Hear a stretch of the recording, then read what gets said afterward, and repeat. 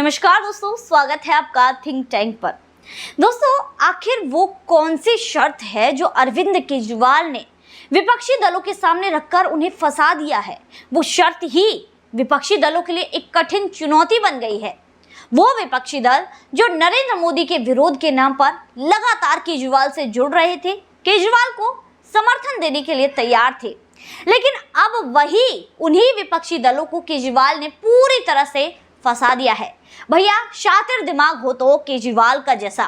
दोस्तों, हमने देखा था कि जो ये 19 मई को यहाँ पर जो केंद्र सरकार ऑर्डिनेंस लेकर आई, उसके बाद तो केजरीवाल के जैसे होश ही उड़ गए, क्योंकि जो पावर 11 मई को सुप्रीम कोर्ट के फैसले के बाद केजरीवाल के हाथ में आई थी, केजरीवाल को वो बड़ी अच्छी लग रही थी, जिसके बाद भर भर कर तो खुशियां मनाई गई और उसके बाद खूब बखूबी से इस पावर का दुरुपयोग भी किया गया, जिसके बाद हार कर केंद्र सरकार इसमें 19 मई को यहाँ पर एक अध्यादेश ले आई। उसके बाद तो केजरीवाल के जैसे होश ही उड़ गए, जिसमें होश तो केजरीवाल के ऐसे उड़े कि ये पूरे यहाँ पर विपक्ष को इकट्ठा करने के लिए लगातार सफर करने लगे और इसके अलावा लगातार जद्दोजहद में जुट गए। लगातार बड़े बड़े नेताओं से ये मुलाकात कर रहे थे। हमने देखा था कि अखिलेश यादव से मुलाकात की, तेजस्वी यादव से मुलाकात की, नीतीश कुमार से मुलाकात की, शरद पवार से मुलाकात की।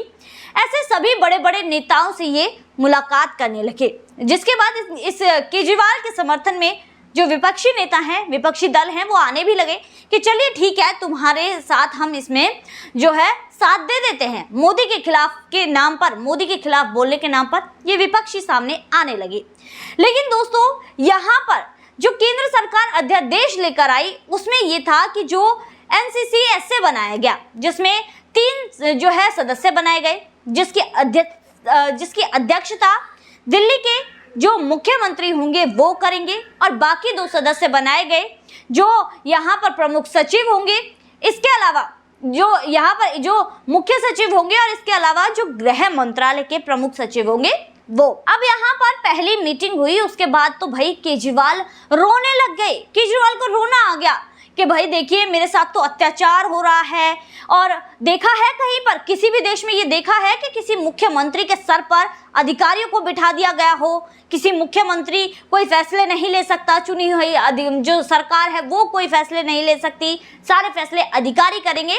तरह तरह की केजरीवाल बातें करने लगे और अपना वही रोना घिसा पिटा रोने लग गए कि भैया, मोदी जी हम पर अत्याचार कर रहे हैं, हम मोदी के खिलाफ बोलते हैं, इसलिए मोदी हमारे खिलाफ हो रहे हैं।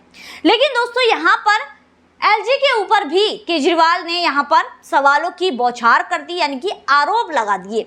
यहाँ पर राज्यपाल पर ऐसे आरोप लगाए गए।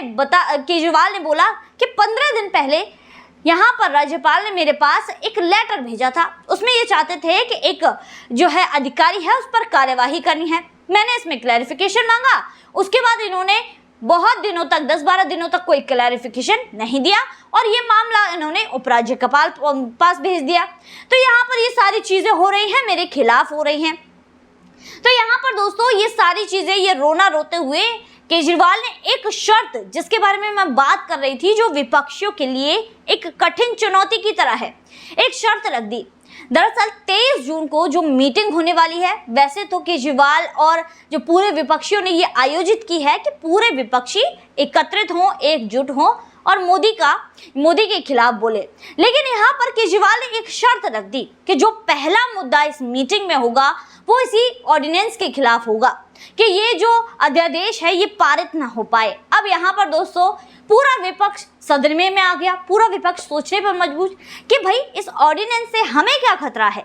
हमारे खिलाफ थोड़ी ना ऑर्डिनेंस आया है, ये आया है, ये अध्यादेश आया है, ये तो केजरीवाल के खिलाफ आया है। तो यहाँ पर केजरीवाल के जो विपक्षी मोदी के खिलाफ साथ देने की कोशिश कर रहे थे, साथ देने के लिए आ रहे थे, अब यहाँ पर जो विपक्षी एकता के नाम पर केजरीवाल ने अपना उल्लू सीधा करने के लिए इन लोगों के सामने ये शर्त रख दी है। अब यहाँ पर 23 जून को इसी को बड़ा मुद्दा बनाने के लिए केजरीवाल ने कह दिया है और पहला मुद्दा भी यही होगा। बेचारे केजरीवाल इसीलिए तो लगातार मीटिंग पर मीटिंग कर रहे थे, पर ये विपक्षी समझ नहीं पाए थे। ये विपक्षी सोच रहे थे कि इन्हें सिर्फ नरेंद्र मोदी का विरोध करना है, जबकि असलियत ये है कि मोदी का विरोध तो केजरीवाल को करना ही है। लेकिन जो अध्यादेश नरेंद्र मोदी की सरकार यानी कि केंद्र सरकार लेकर आई है, सबसे पहले उस पर चोट करनी है, उसको रुकवाना है। इसी के लिए तो लगातार केजरीवाल मीटिंग्स पर मीटिंग कर रहे थे, यहाँ पर लगातार पॉलिटिकल टूर्स कर रहे थे। इसके अलावा कांग्रेस के आगे तक हाथ जोड़ने के लिए तैयार हो गए थे। वही कांग्रेस जिसका पत्ता साफ करके केजरीवाल ने दिल्ली की सत्ता हासिल की, जिसका पत्ता साफ करके केजरीवाल ने पंजाब की सत्ता हासिल की, और जिस पर आए दिन केजरीवाल लगातार बात पर बात कहते रहते हैं। आम आदमी पार्टी, केजरीवाल और उनके नेता ये सारी चीजें बोलते रहते हैं। कभी कांग्रेस को कोई कॉपी कैट बताता है कि भैया हमारे जो तरीके हैं उनको अपनाकर कांग्रेस जीत रही है, इस तरह के इल्जाम लगाते हैं। तो कभी और तरह की बातें करते हैं। जिस कांग्रेस के खिलाफ कभी अरविंद केजरीवाल बोला करते थे, खिलाफ हुआ करते थे, भ्रष्टाचार के बड़े बड़े आरोप लगाते थे, आज वही केजरीवाल यहाँ पर राहुल गांधी और मल्लिकार्जुन खड़गे से बातचीत के लिए, मीटिंग के लिए लगातार हाथ जोड़ रहे हैं और कह रहे हैं कि भैया थोड़ा सा समय दे दो, थोड़ा सा समय दे दो, इस अध्यादेश को रुकवाने के लिए हमारा साथ दे दो।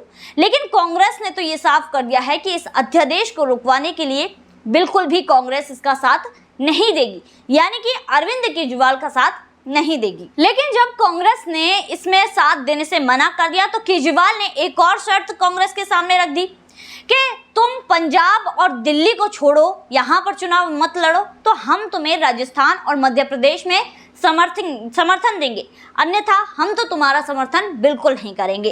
तो केजरीवाल बड़े ही शातिराना दिमाग से लगातार अपनी चालें चल रहे हैं, लगातार ऐसी चीजें कर रहे हैं जो जिस विपक्ष को ये एकत्रित करने की कोशिश कर रहे थे, उस विपक्ष के लिए अब केजरीवाल ही उल्टा चुनौती बन गए हैं।